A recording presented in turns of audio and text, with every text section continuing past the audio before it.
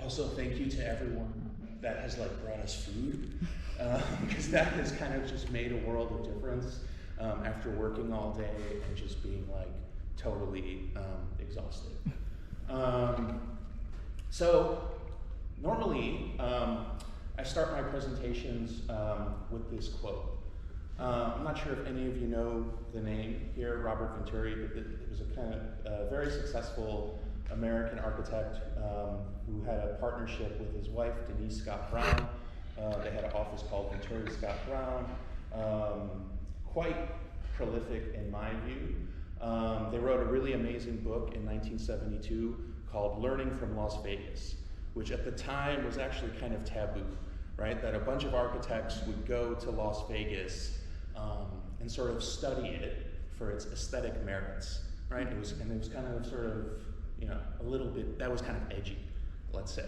So when I graduated from grad school, I found myself like a day or two after our final projects in Philadelphia, and I went into a bookstore and I purchased a first edition of a book that Robert Venturi wrote called Complexity and Contradiction, which is a kind of manifesto he wrote in 1966 for the Museum of Modern Art that basically lays out his sort of theory and architectural agenda. And in the front page, there was this quote, which was a dedication to whoever owned the book before I owned it.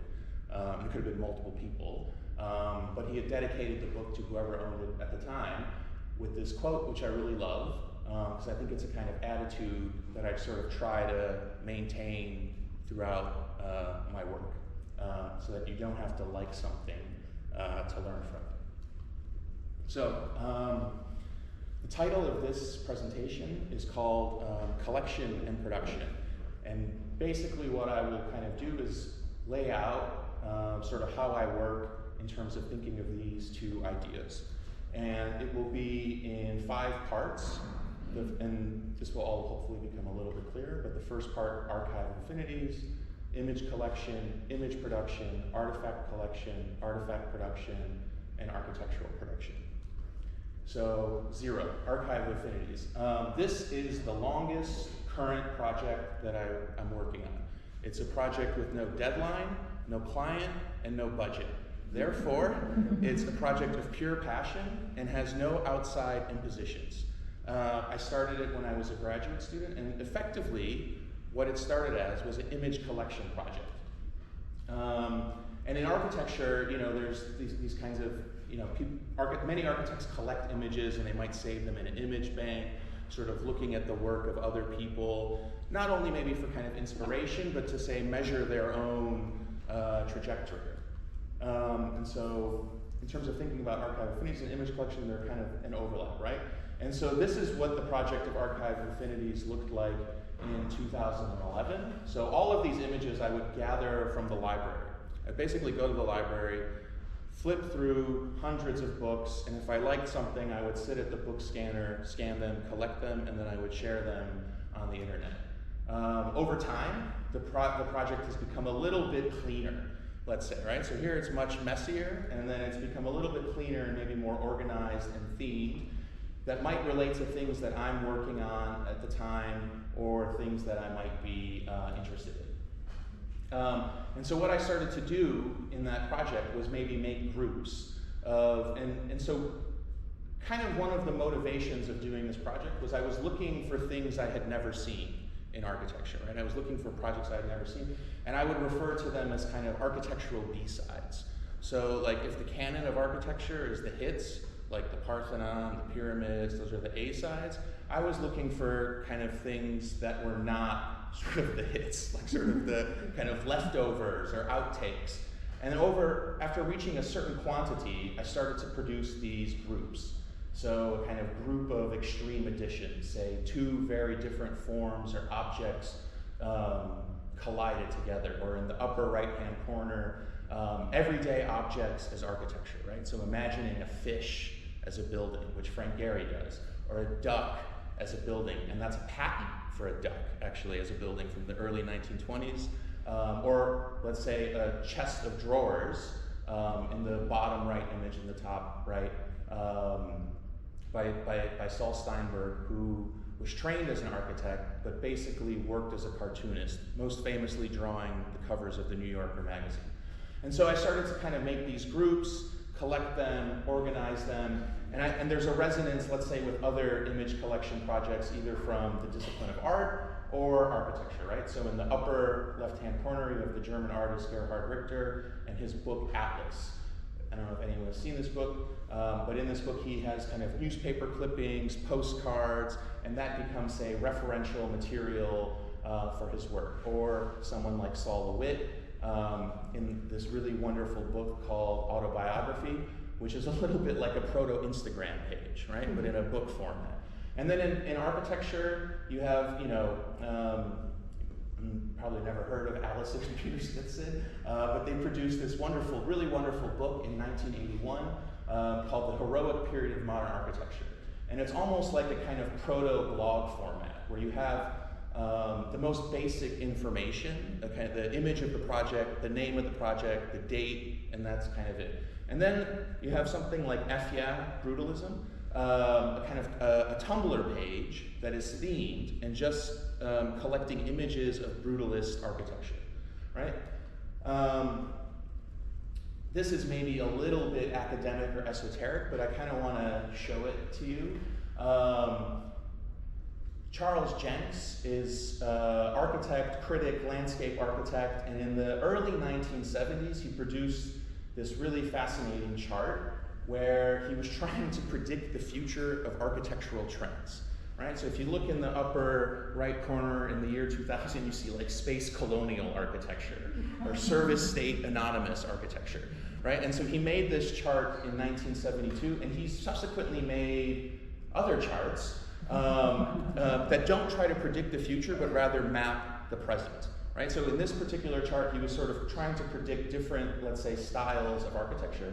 And I'm showing it to you because I think that's kind of interesting, but also kind of problematic, right? I think there are really kind of interesting things that one can kind of get from this, but I also think there's a lot of things that are, let's say, problematic. So maybe my attitude towards this kind of collection process is a little bit like the character Jack Black in School of Rock, kind of here mapping out different genres of music. And so this project, Archive Affinities, actually started to, let's say, get displayed not only on the internet, but in gallery settings, right? So this is one of the first shows I did in Los Angeles, where we silk screened the entire collection of images onto a gallery wall. At other times, they have become these kind of wall collages or display. Here, an 8-foot by 8-foot wall collage made in 2015, which contains images that I've collected and sort of loosely organized in a gradient. Here it was much easier because we kind of made them all black and white and then arranged them through different gradients of black and white values. And here, kind of sort of on the background, images I've collected, and then images, for example, this one, at the time, images I've kind of made, or I would kind of take this material and start collaging it together to make other types of speculative architecture proposals. And then physical objects that I was collecting that I would use in the production of architectural models. At other times, here they're kind of displayed, sort of imagining a Rubik's Cube scaled up, or this kind of toy pyramid. They get disseminated in, let's say, kind of underground architecture zines. But one of the things that was sort of really, really important about, let's say, doing the project of Archive Affinities is that everything was documented on a book scanner, or maybe like, let's say 90%. And what that did was I fully knew the source of where I was getting things from. Everything was at the same resolution. There were no kind of errors in labeling unless there were errors in the book. And so I wasn't just, say, finding things on the internet and then they were all mislabeled, different resolutions, but I was sort of generating this collection myself and sharing it. And so that kind of led into the kind of thinking from, say, image collection into image production.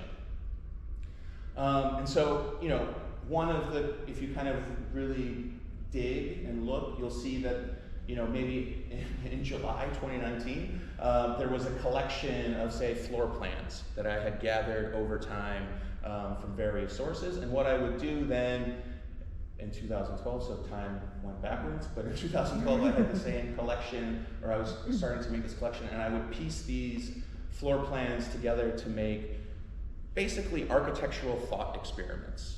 Total speculations. There was no one asking me to do this. There was no client behind these projects. I was just kind of, let's say, maybe playing or kind of mixing these floor plans together. And here you have a plan for a building in a line, a plan from fat to thin, and then so those also then get disseminated in other, let's say, journals or academic publications. And if collecting images was not enough, I also then would collect physical objects or everyday objects, here kind of loosely arranged by color, that I would alter sometimes, and use in the production of architecture models, but also kind of continuing, let's say, the thought experiments from, say, the digital collages of piecing floor plans together to piecing these together. And so, again, I think there's a resonance in the discipline of art. Is that?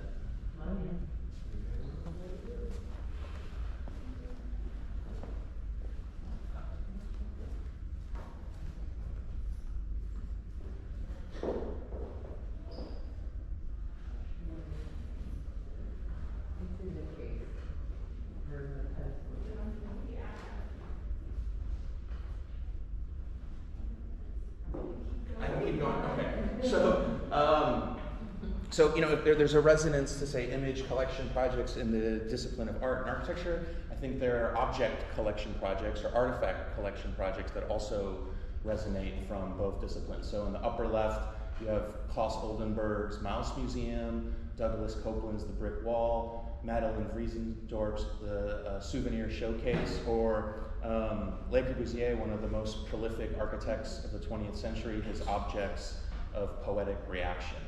But oftentimes in both, say, the image collection projects from previous people and the object or artifact collection projects, they remain as collections, right?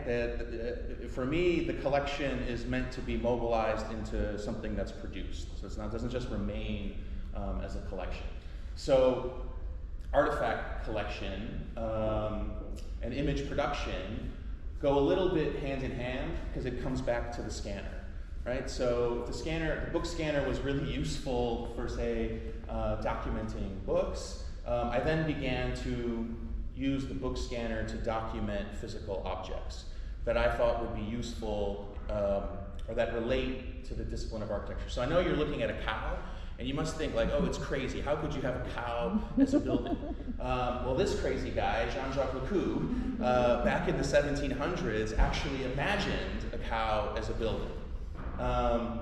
So I would kind of scan different types of columns. Here, kind of displayed in a gallery, the sort of different columns I collected from basically wedding supply stores. And then I started to kind of piece these things together again as kind of thought experiments. So proposal for a cherry tomato stand, or a kind of proposal for a stand that would sell pears. And then I also began to enter architectural competitions. So open architectural competitions, kind of producing these models as a way to generate the representation and images as required by the competition briefs. So in 2014, there was a big competition for a Guggenheim Museum in Helsinki that eventually never happened. But this was a kind of first instance of using these artifacts that I had collected, and then, say, producing artifacts out of that. So this was the kind of idea, a sort of irregular grid of columns with various compactions of different architectural objects that would hopefully produce new experiences of viewing art, right? So kind of giant mound in the background where you could view paintings. And at that time, around that time, it was kind of 2 years when I had moved to California, living in California for 2 years, and I discovered the work of Noah Purfoy in his Joshua Tree Outdoor Museum, where you have this kind of assemblage of discards in this kind of sort of amazing space, right? Kind of in the desert. And so there was a kind of resonance to that. And in some of these earlier models, everything is painted the same color to kind of desaturate them, right? Or kind of, you then kind of fully can't maybe read all the parts, or you start to read them as a kind of singular whole. That has also kind of changed in, say, the production of, say, these artifacts or models here for the Chicago Architecture Biennial in 2017. I'll maybe go into this project a little bit. So I was very lucky and fortunate to be asked to participate in this project, and I was in a room full of other architects where we were all asked to pick a canonical or well-known interior and make a model that was a translation of that. So I picked the interior of Sir John Soane's 12 Lincoln Innfields. That's the bust of Sir John Soane in the middle of the photo. Sir John Soane was an architect and collector, kind of a hoarder a little bit, kind of architecture's most famous hoarder, let's say. He bought a house and then bought 2 houses next to him in this kind of row house and turned them into one house, and had this collection of objects basically on every imaginable vertical surface. And so this is what the cross-section of Sir John Soane's house looks like, full of all this kind of wonderful architectural artifacts that he collected.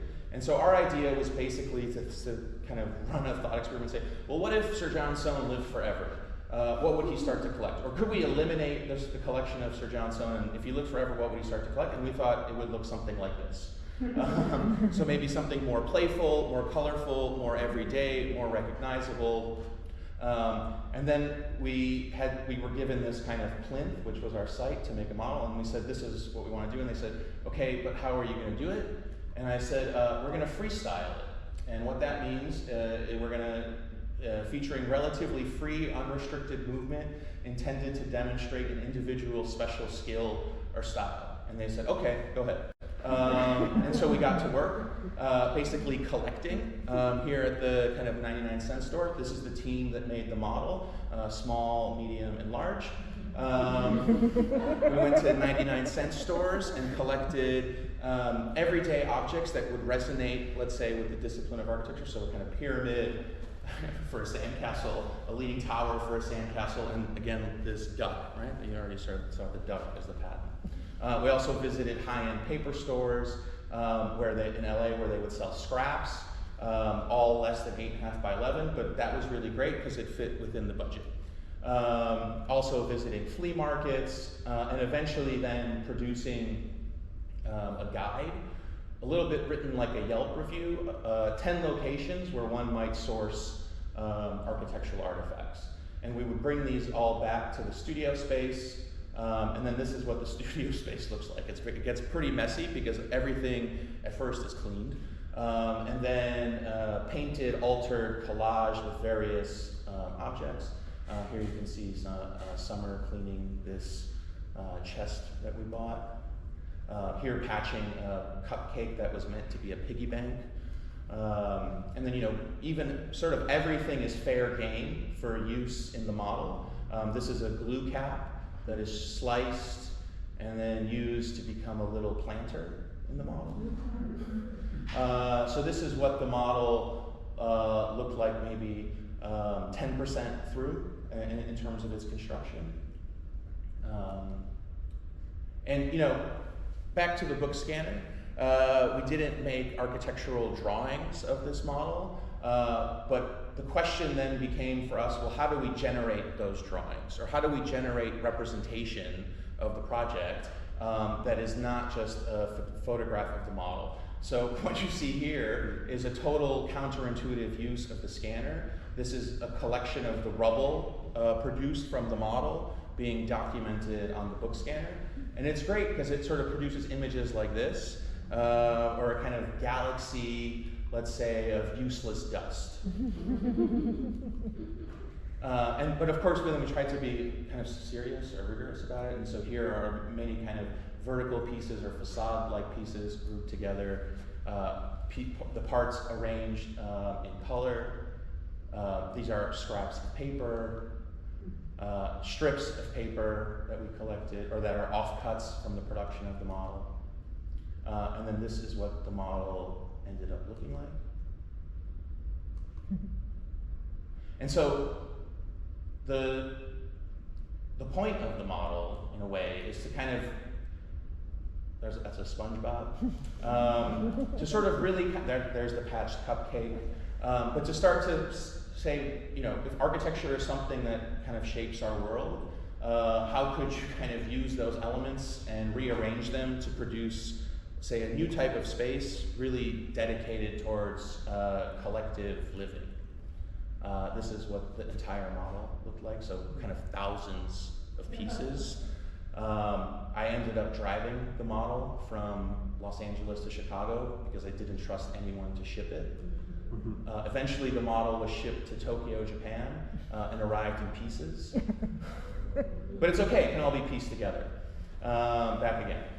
So here, kind of, this is in LA. One of the great things about being in LA is it's sunny most of the time, but the sun really is a great resource in, say, producing photographs or images of things, right? So it's a kind of super wonderful benefit. Other times, the models have been maybe much more aggressive and sloppy and a little bit crude in a kind of experimental way. So here, kind of imagining a space where the users or people that would use the space become, let's say, architectural mountaineers, climbing through debris of useless architecture where things like building codes and safety requirements don't exist. At other times, the models are made for potential projects. In 2015, I was asked to be part of a master plan team of a number of architects. All the serious architects were given, like, you do the hotel, you do an apartment building. I said, Andrew, do you want to do the dog park? Absolutely. And so this was a proposal for a dog park that never went anywhere.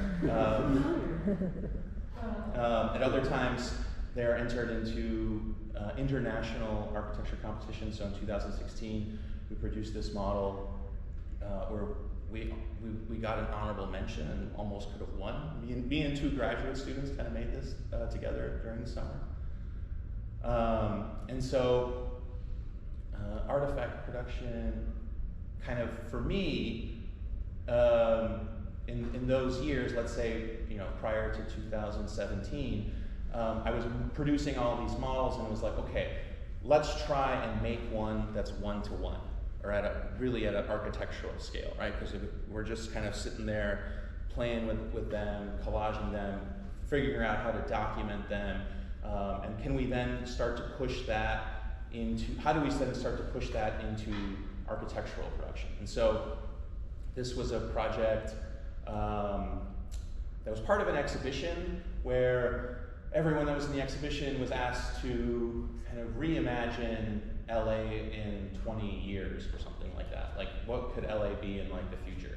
And so this is a typical block in downtown LA. I don't know if you could kind of maybe a little faint in downtown LA. And downtown LA at the time and still is experiencing a building boom. So many high-rises, luxury high-rises, condos, new buildings for profit going up, and they were going up in empty parking lots in downtown LA. But one of the really cool things, so what you see here is in the kind of confetti outline. Our idea was to group the existing surface parking lots and alleys and turn it into a kind of park space. This kind of park space that people could use. So like if New York has the High Line, this could have been like a Los Angeles Low Line. And again, so all of these models were physically made, and then we used the book scanner to document them or to produce the representation, right? And so the book scanner is really great because it flattens things. And so that has a parallel to, say, architectural conventions in drawing, like when you make an elevation or when you draw a floor plan. So these are elevation-like images of our proposal, plan-like images of our proposal, and then a kind of zoom in. And here, maybe it's a little jokey, but we thought, well, could we not just label everything as what it would be, like you would do an architecture drawing, and then hand that to a contractor instead of making the drawing. These are just images of the models. That became a little bit of a project that is still kind of happening. But here you see these models that are scanned. And so the idea was then like, well, could we not just take one of these and start to build them, start to realize them one-to-one? And that really happened in a, let's say, gallery setting, right? So artifact production, we would make these models kind of slipped into architectural production. Here in 2018, at a gallery in Omaha, Nebraska, we produced this installation called Wall Assembly, which was really kind of trying to play with this idea of collaging different architectural conventions. So we had a mason come and lay those brick, but we went and found the window, and sort of sourced everything there. And then it was in a space that was owned by an architect, so the space itself was pretty cool because it had undergone many renovations, and it existed for a month or so, and then they tore it down. This was another instance of that, trying to make these small little follies big here, again in a gallery setting at Woodbury University, where we produced in this gallery called the Wedge Gallery. We called it the Wedge Gallery installation. We produced this installation where we then, I don't know if you can see on the screen in the left image, all the way back, we then sent the model to a famous Instagram artist who makes all these amazing videos, and she made a video of our model that we then projected on the screen, so you could kind of go here and watch her movie. Here, a renovation of an Airstream into a mobile store, but kind of trying ways to use, let's say, ready-mades, found objects, things that already exist, and collaging them together in a way that would produce a new effect. At the same time, we've also done like very traditional types of architectural projects. Here, a tenant improvement in Beverly Hills, basically for a business that does facials, and so our kind of big move was this chevron pattern in the cabinet that then reflected into the herringbone pattern in the floor. A renovation of a home in Los Angeles, basically a whole new interior of this old home. And then, I'll sort of go into this one a little bit more. This project in 2019, Colossal Cacti at Coachella.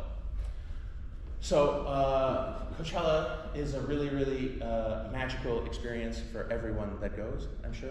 I had never been to Coachella until I participated in this event. And if you don't know or you've never been, it's basically like an adult Disneyland. And it's organized that way too. It feels like an airport. There's like security zones. You could only go certain places. But they have this really, really great arts program. This is what the site looks like most of the time. It's a polo field in the desert.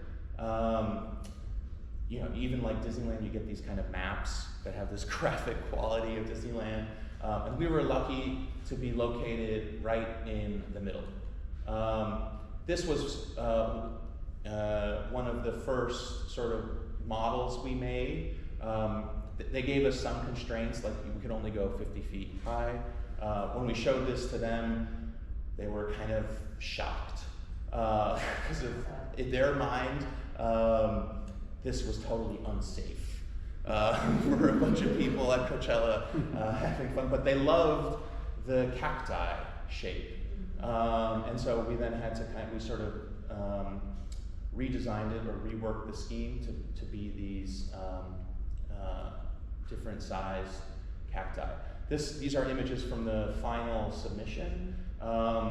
When we submitted it, we were only thinking we were going to do 4, and then they came back and they said, "Can you do 7?" Which, like, an architect never kind of hears, so it was kind of really, really amazing. And then this is what it looked like. And so, the references or inspiration kind of came from many places. These are stills from the television show Gumby. These kind of, say, rudimentary cacti forms, or maybe kind of thinking of, say, something like this, or postcards. Again, these kind of everyday objects here, people with giant cactus in Arizona. Also kind of proto-selfie in a way. And so there were 7 cacti arranged loosely in a spiraling formation to create this kind of plaza in the middle where people could meet, and then there were these step plinths where people could rest, hang out, people watch, or dance on top. The grid of these little dots you see are kind of meant to reference the spine on cacti, but what they are is a ready-made, so it's the road reflectors you see between a highway, right? So again, kind of using found things or ready-made things in a different way. And then every now and then one of them's a different color. Here's what it looks like from a drone shot. Another one. And then this is a kind of great shot because, like, right here, you see past the shadow, and like all these people are kind of using the space of the shadow to stay out of the sun. So this is kind of what it, here's again another version of that. I like how they sort of follow the arms of the cacti.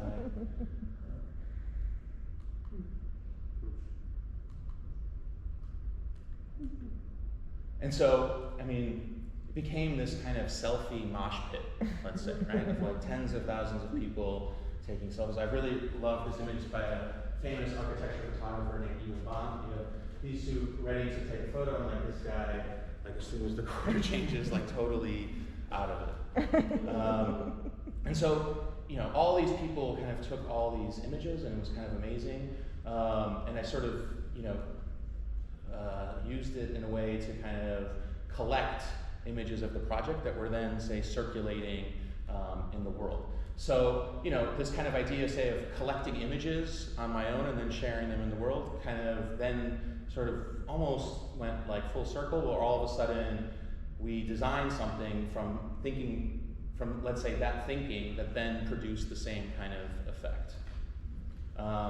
And so one of the really great things is, like, all of these photos are totally framed, maybe even photoshopped, so you see like this person here, but that's kind of what it looks like. So you have people, when they're kind of setting up these photos, like engaging with the built environment in, let's say, strange ways, or different types, different ways of engaging the built environment.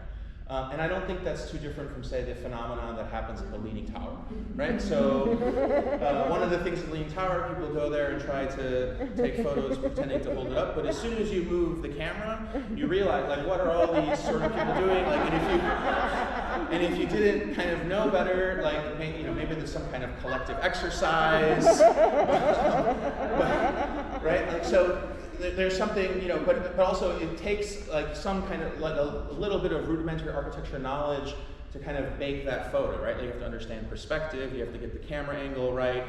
You're also at the Leaning Tower of Pisa. So there's something, kind of, let's say, the Leaning Tower effect that happens also here, and people engaging in the built environment in different ways.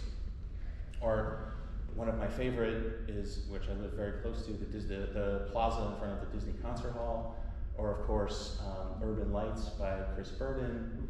And maybe some of you know, I'm sure you all know this brand, Paul Smith store. This is probably the most famous pink wall in the world, where many, many people go and take selfies. And again, as soon as you move the camera, it's just a parking lot, but you see people occupying the parking lot in a totally different way, right? And just to kind of show you like how serious I am, like while doing the image collection project, I stumbled across a project by the Mexican architect Louis Barragan, where he designed a prototype for a Calvin Klein store, this pink wall in 1982. And of course, this project in Mexico City was obviously an obvious visual reference for the Cacti project. And so the reason I'm kind of showing you that, I mean, it's an old statistic, but the reason I'm showing you this is because I love this statistic. It says every 2 minutes, humans take more photos than ever existed in total 150 years ago, which is kind of crazy and interesting, but we're just like bombarded with images all the time, right? And so how can that, at least in my mind, how can that become a useful thing rather than an annoyance? And I guess this is one way. And so, one of the funny things about the cacti, even though that they circulated, I had never known about this show before. Maybe some of you do. It's called The Masked Singer. It's kind of game show. And without my permission, they used my cacti. But here to kind of show you like what that image circulation sort of means, right? Like here, kind of infiltrating pop television, let's say. And I love it because you have this flamingo dancing in front. And even though they copied us, their plinths were really, really rudimentary. They just put a grass tarp over it. Their spines weren't real spines or ready-mades. They were just painted on. And eventually they gave me $1,500 for this because I complained. I said, "That's my design." And they're like, "Yeah, okay." You're right. We hope you didn't watch the show. I didn't. The only reason I know about it is because a friend of mine sent it to me, and she said, "Do you know about this?" And I said, "No, but thanks." So immediately after Coachella, which was a project in the desert, we did this project in the desert called Dots.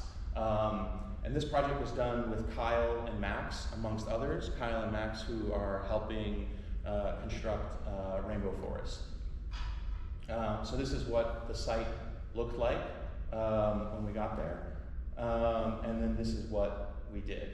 And there were a lot of people involved, but we did this in about a week.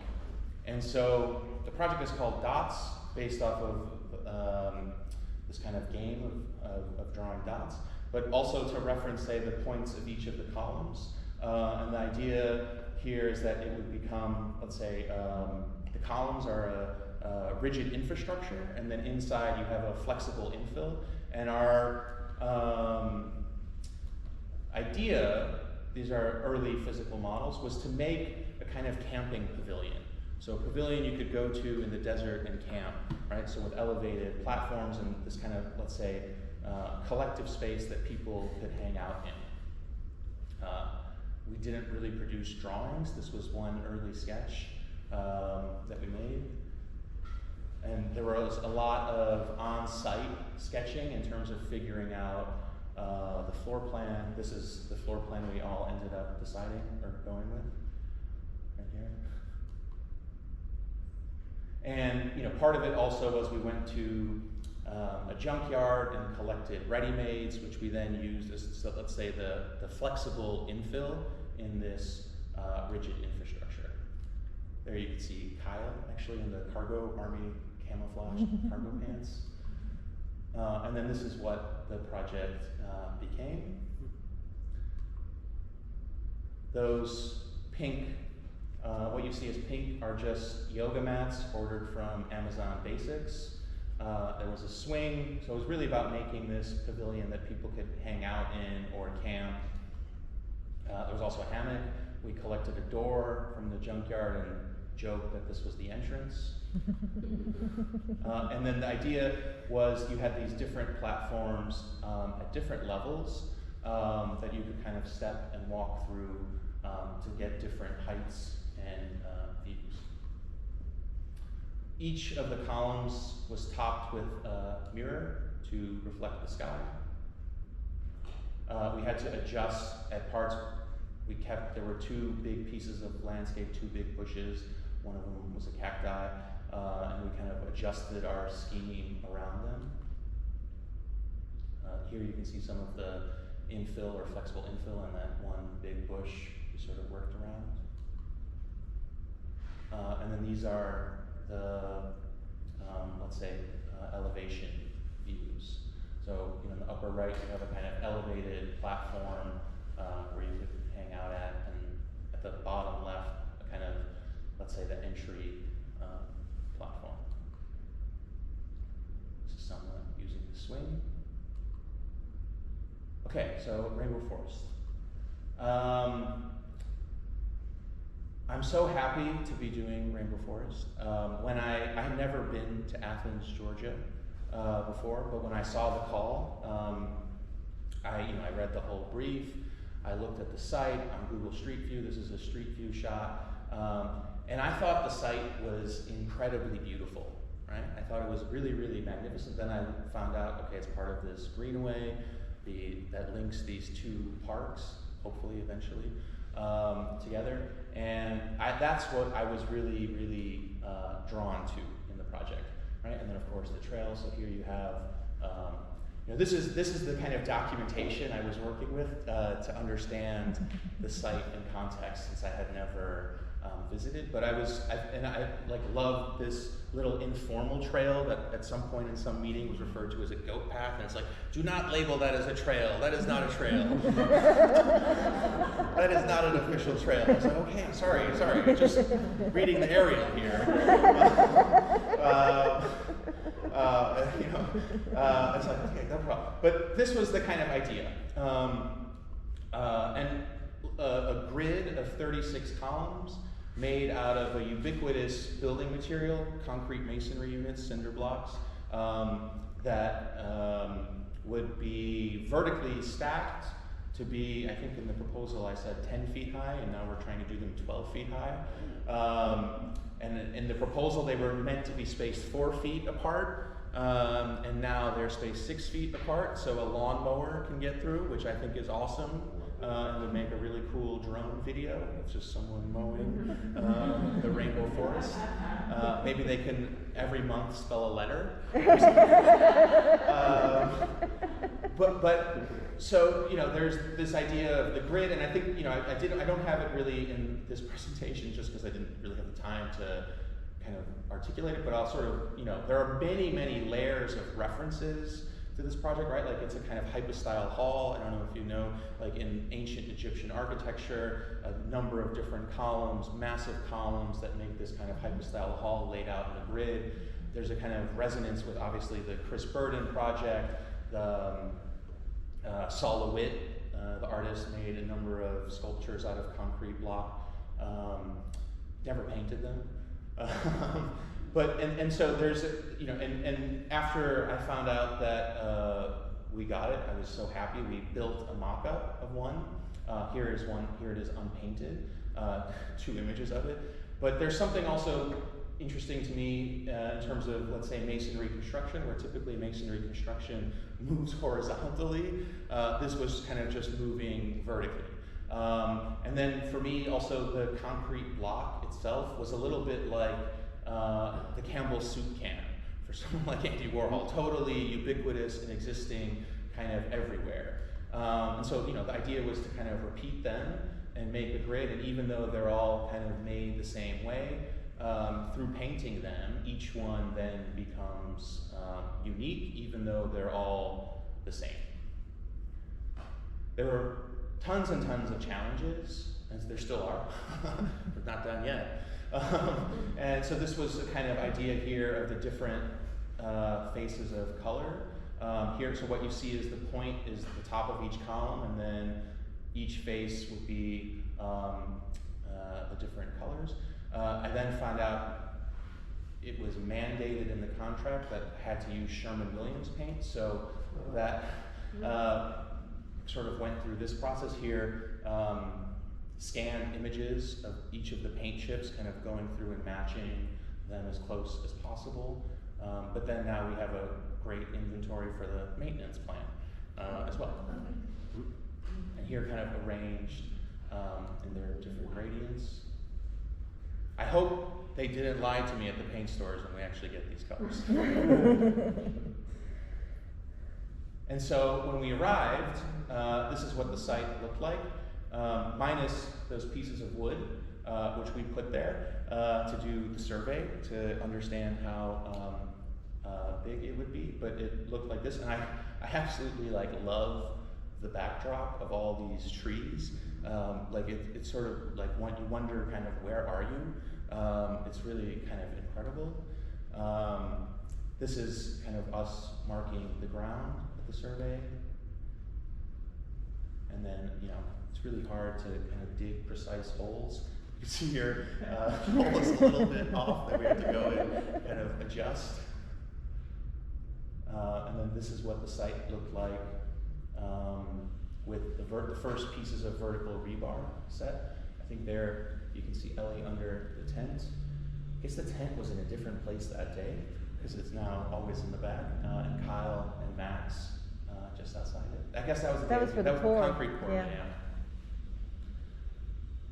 This is what that looked like right before the concrete pour. Basically, what we did here is you can see the survey, all the string running from the survey, and then these rebar cages sunk into the ground, which is, I think it's deeper than a 5-foot hole, where you have a rebar cage, basically a circular cage that was fabricated here in Georgia, with 4 pieces of vertical rebar coming out that are then additional 4 pieces are tied to as we go up.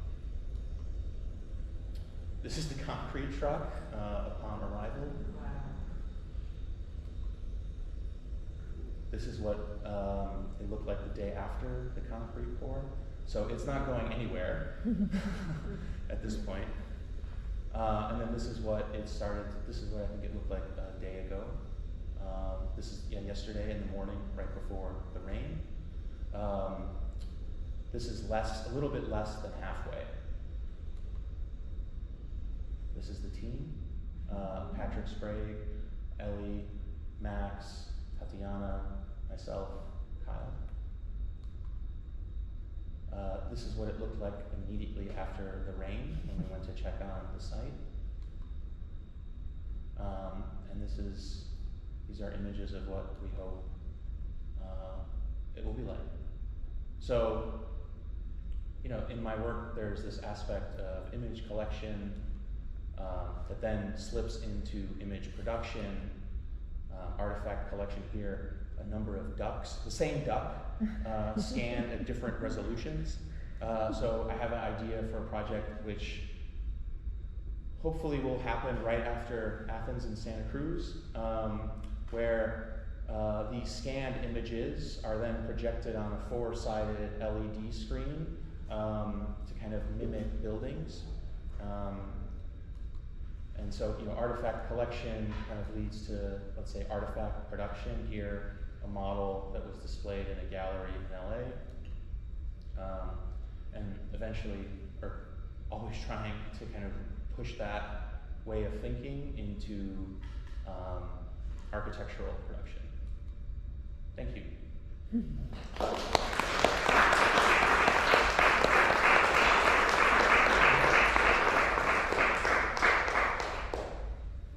Does anyone have any questions for Andrew? What happened to the cactus after Coachella was done? Great question. So the tallest, which you see here, the tall 4 ones, were dismantled, and ostensibly the parts were reused. But the other 3, and those tall ones were made out of wood. So the way those are made is basically they're wood boxes that are stacked, that are then linked or tied to a telephone pole that's in the middle of each of these. So those are dismantled and gone. But the smaller ones, which you can kind of see behind the yellow a little bit, those are made out of steel. And the idea with those was that they would hopefully become permanent somewhere. In previous years, there was a work at Coachella that was then made permanent in Indio, in a kind of, let's say, public kind of space type setting. And so that was the intention with those 3. That was 2019. Then everything kind of happened, and that became the least of anyone's priority. So it's uncertain what those 3 will be. Coachella owns them. It's also their like Instagram profile. Like I signed away kind of everything because I did not anticipate that people would sort of like it so much. But yeah, hopefully something happens. Yes? What are your hopes for the rainbow, the piece that's going to be here? I don't know if that's the right question, but what are your hopes for or goals for its existence here? Sure, yeah. I'll just flip back to an image of it. I mean, I hope it becomes like a sort of marking point, right, along the Greenaway, or kind of, let's say, a place along the Greenaway. One that is certainly visually interactive or draws a kind of visual connection to people either driving by, or hopefully it encourages more people to use the Greenaway, right, and more people to activate the Greenaway. Hopefully it becomes a kind of attractor for people to the Greenaway to visit. Yeah, I asked that because I was thinking about the campground and how it seemed like I wanted to take three or four friends and say, let's camp out there, Yeah. experience. And then the same thing with the Coachella, it became like a place for people to gather, and so. Yeah, I don't want to like be too specific, right? Because I don't want, it's not done yet, and I don't know what, like but ultimately what I hope it does is produce new experiences for the public. That's really like that would be a general way to say it without being specific.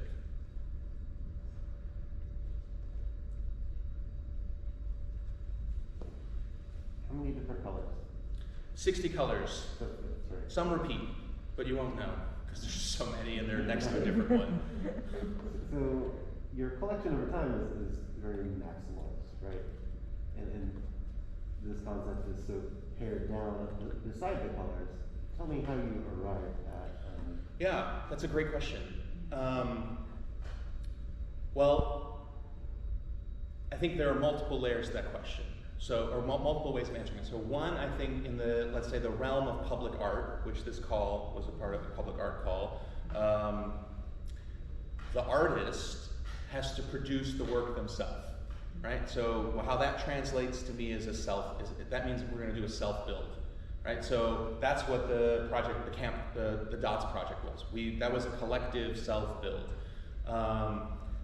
Coachella was, I didn't really physically build anything myself on that project, but I sort of managed the whole thing. Lots of meetings, etc. And so, how did I arrive here?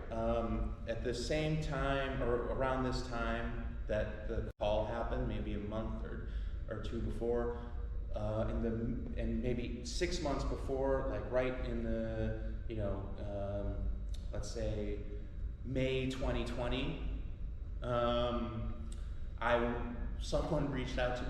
I had applied in maybe the beginning of 2020 for a public art project in a town in California that was also made out of concrete masonry units.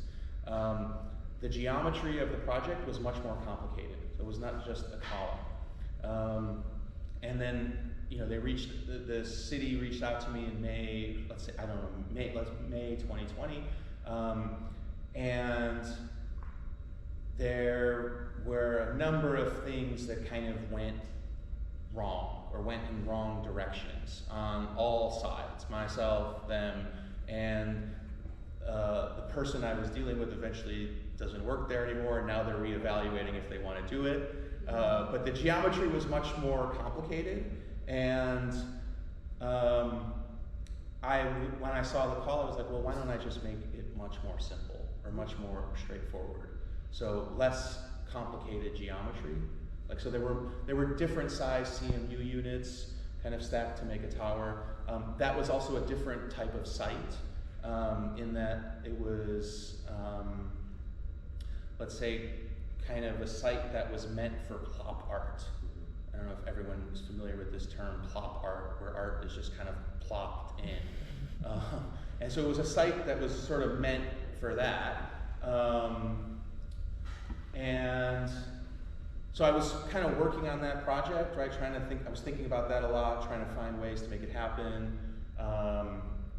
And I saw the call and I was like, well, what if I make it a little bit clearer? I know I'm gonna have to build it myself, kind of thing like that. It's like, so I felt confident I could build it myself or with a team. And then, we troubleshooted that by making a mock-up, only one, not 36.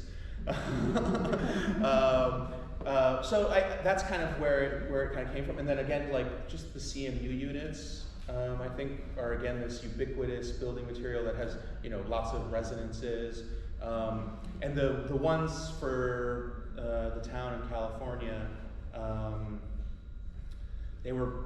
I was thinking of, you can look it up, I don't have any slides, but these projects by the Russian artist Kazimir Malevich called Architectons, that he made in the early 1920s.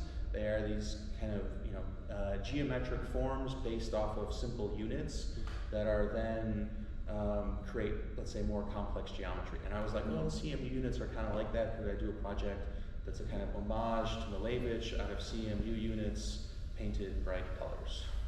And then it became much clearer or much simpler for Rainbow Forest.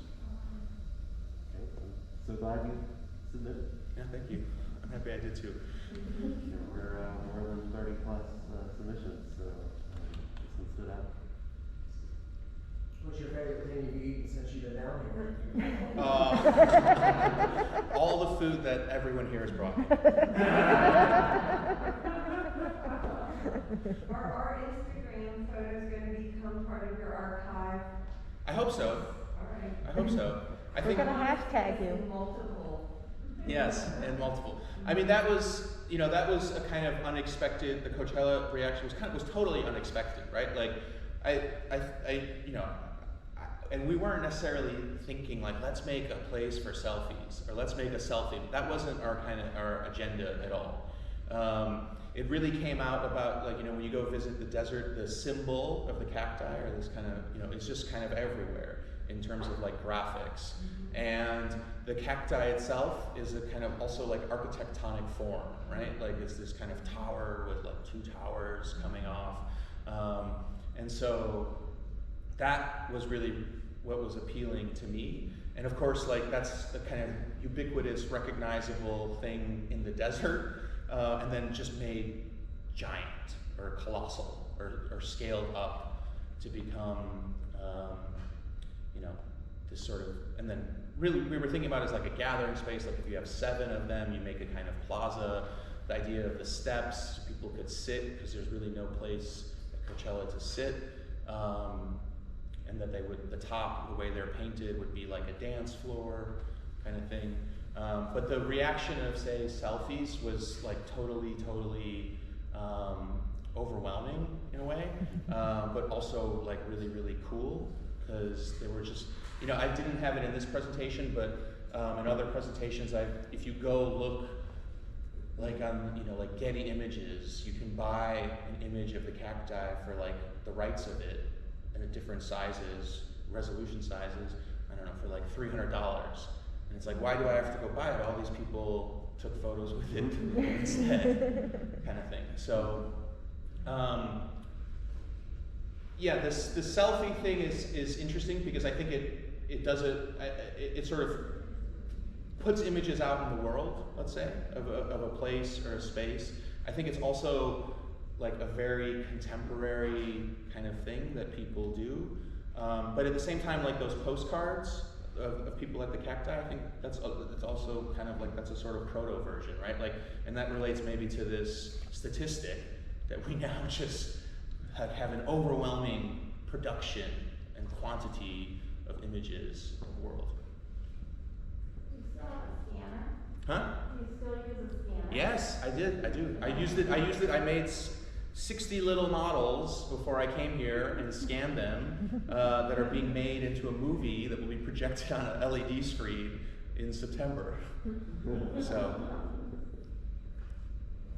They had this little bit piece in Atlanta. Yes, it's 50 like crumbling. Oh, really? You know, and it's just, yeah, it's just like the raw concrete.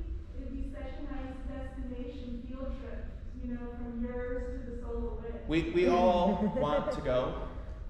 We have to finish this first. And then we could go. I will drive back to LA to get there just in time for class that I teach. And hopefully I will visit the Solowit. But I obviously know of Solowit. I've never been there. I can't wait to see it. And like, yeah, Solowit, you know, huge kind of reference inspiration. As far as I can tell, he never, I think that those columns are also not in a grid. They're a little more random. They get vandalized sometimes. Like one time, I think in the 80s, someone painted them all pink. Oh, really? Great. That was me, actually. I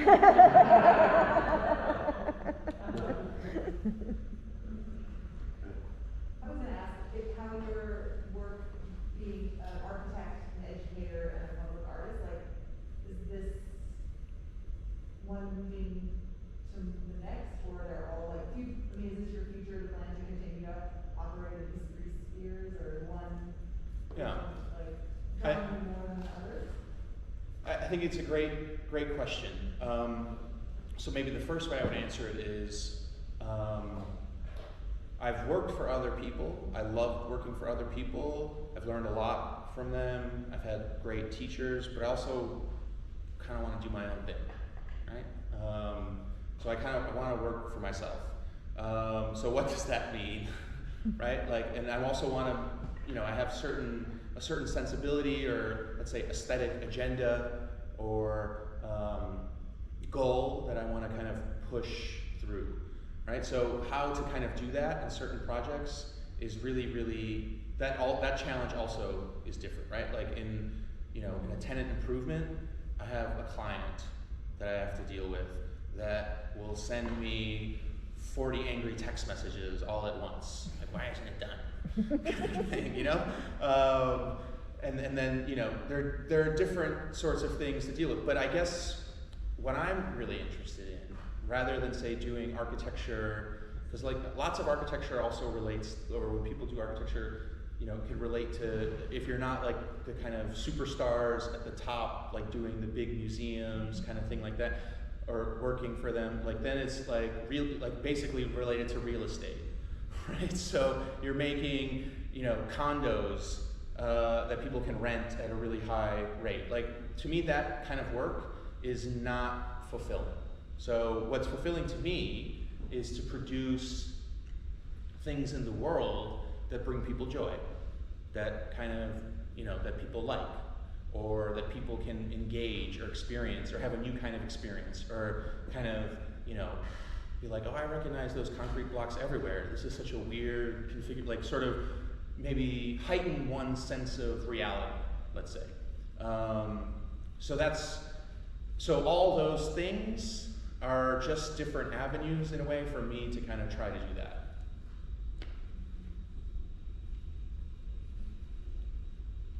What do you need from us to help you guys across the finish line? I don't know, do you want to come mix grout? He's pretty handy. He's pretty handy. I think we, like, there's manual labor tasks. It's kind of like, that would help like a lot. Got containers. I can be there tomorrow. Yeah, great. Manual labor tasks. That's kind of really what it is come down to. And you know, one of the things, like, it's when when I'm doing it, like I have people helping. It's great. Everyone's really amazing, really wonderful. And you know, like the tasks I end up doing are like a lot of grunt stuff. You know, just like today all day I was mixing grout with Patrick. Like we're just mixing grout and then pouring it, and then we have this electric vibrator for concrete to make sure it all goes in the cavity, and that thing does never moves, right? Like that column is there forever, right? Like that there's no air bubbles, and it's just like in the heat It's like, and I love it. I love it. You know, my princely hands are getting ruined. And it's a nice change because it's like, and there's this kind of intensity. Like with Kyle and Max, we sort of like joke about it. Like it's like we're like in a battle, right? Like call in the concrete guy, you know, like air support or something. Like it's like we're in like a trench, and it's like, you know, like that's the kind, like we have to finish. Like there's no, like it has, like, so that's the kind of attitude a little bit, which is, and so it's intense, but it's a lot of fun, especially when it's like complete, because it's like, holy shit, like 2 weeks ago there was nothing here. Yeah. So your assistants aren't here because they're working or they're exhausted? They're not here because they're working. As soon as I left, they, of course, Kyle jokingly yells out, "Boss is leaving, let's go to the bar." But they're still there, like, yeah, they're still there. They're probably, I mean, with one less hand there, it's harder to do some of the tasks, right? You know, when there's more people there, it's also like more motivating to kind of be involved. Like, you know, when if you have to mix grout and pour it and do the vibrator all by yourself, it's like, fuck it, I'm gonna go do something else, you know? Because it's intense. So like it helps when there are multiple people there, but it's really, really tough at the moment. I mean, we'll make it, but it's, by tough I mean just the labor kind of aspect. And how much longer do you have left? It has to be done by Thursday. We're probably going to finish today we passed halfway. Yesterday we stopped because of the rain, which was kind of amazing that all of a sudden, like this, we were in the eye of the storm. Our plan is to finish, and I think we can totally do it, all the blocking this weekend. I think it should take us 1 day to prime it. There's some coordination in laying out the paints because there's 60 of them, but I think if there's enough people, that could also be done in a day. Probably 2 days, just with the kind of coordination of things. But yeah, we start at 7. Cool. Go till 8. Go till the sun goes down. And just to update everyone, the dedication for Rainbow Forest is a week from tonight, from 6 to 8 p.m. on the Greenway. Please let us know if you need directions. There is a map on our website that kind of shows where it is, but it's the midway between North Ave and College Ave on MLK, kind of right across from the Uber Prince building. That's kind of the best landmark for an address. So, you know, like I'm doing it, you know, with the local artists and my architecture friends, and architects are like super, super anal. It's like super, super precise, like everything has to be kind of perfect, right? And the holes were challenged for a number of reasons, right? You know, we lost half a day because of the rain, we got the wrong part, and then it didn't work, and then we had to kind of so those were just like eating hours. And then, you know, for us, it was super, super important that the points where they all hit the ground are really on a grid and precise. And we can maintain that as we go up. So we're also continuing to survey, right? So, you know, we're not gonna, hopefully not gonna, I'll be honest, there's probably gonna be a column that's like a little bit like this. But we don't want it to be like that, right? So, and you probably won't notice that when they're 12 feet high and there's 36 of them, that they're gonna be a little bit off. But Kyle was like, no. And so, or like when you look down the line of them, right? Like in, let's say this shot, right? That they maintain, and this is a little bit of like an old school architecture trick. So if you ever visit the Parthenon at the Acropolis, you walk up the hill, right? And the Parthenon is at an angle, and what you see are a number of columns, but the first view you get, because all the columns are in a certain view, is you see it as a wall. So you actually don't understand it as columns, but you read it as a wall, right? And so in certain moments, right, like here, you know, kind of down the line, when you have a certain perspective on one side, it would read as a kind of wall, right? Or your eye would understand it visually as a wall. And so we want to maintain that as much too, and not have it be, so there's some kind of like gymnastics here also, like a little bit like, because masonry is not, there's like a degree of error or tolerance also in the mortar joints, right? So there's a little bit of like trying to kind of pull that off to get, because it would, you know, it would be totally way easier to just dig the holes and get like a wood post that's 12 feet high, painted bright colors, right? But there's something also about the masonry unit being square or cube that you start to also understand the grid vertically. Great. And it's just, thanks for rising to the occasion and making it larger, and you're contractually obligated to it also. That is a gift to Athens. You might have regrets. No, you know, I jokingly, like today, like, you know, every like hour, because we're just tired, we sit underneath that tent and like drink water with now filled with electrolytes to get us going. And I'm like, Kyle, it's okay if they're 10 feet. Calm down. It's That's what I okay. said this morning. And he looked at me and said, I'm embarrassed you said that. So it's like, okay, all right, take it back, let's go. We're gonna do it. And then, but also like, there was a kind of slowness when we were in the ground to really get it to be precise, and then it goes faster, and then, you know, the tops, like already today, like they're laying them much faster. They can lay them much faster, but they're trying to be like hyper precise. But if they weren't being hyper precise, you would get these moments where maybe like two are off or they're off. But you know, 90% of people won't notice that. And just so the audience is aware, in that meeting we got yelled at about the path that's not a path. You know, we're talking about maybe scaling it down. The engineers were a little concerned about its longevity, and they're like, well, maybe we should make them 8 feet. So it's great that we're even more ambitious than the original proposal. And you know, the scale, as you know, I think there were some concerns about the scaling it that much down. So. Yeah. I mean, I think, you know, when they're 10 feet, they'll feel tall, right? And the reason I decided to, or wanted to make them taller is because when they're closer together, they'll feel even taller, right? And so when they got spaced a little bit further apart, which is for the lawnmower, which is totally fine, it's like, can we make them a little bit taller then? And then I think it will feel, I think, and it already is starting to feel to me, like a kind of man-made forest in a grid, or like a human-made forest in a grid, right? Because they will be towering over you. It will be two of me. Knees stacked twice.